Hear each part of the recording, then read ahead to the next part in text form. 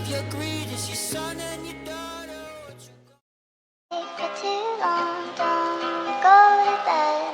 I'll make a cup of coffee for your head. I'll get you up and going.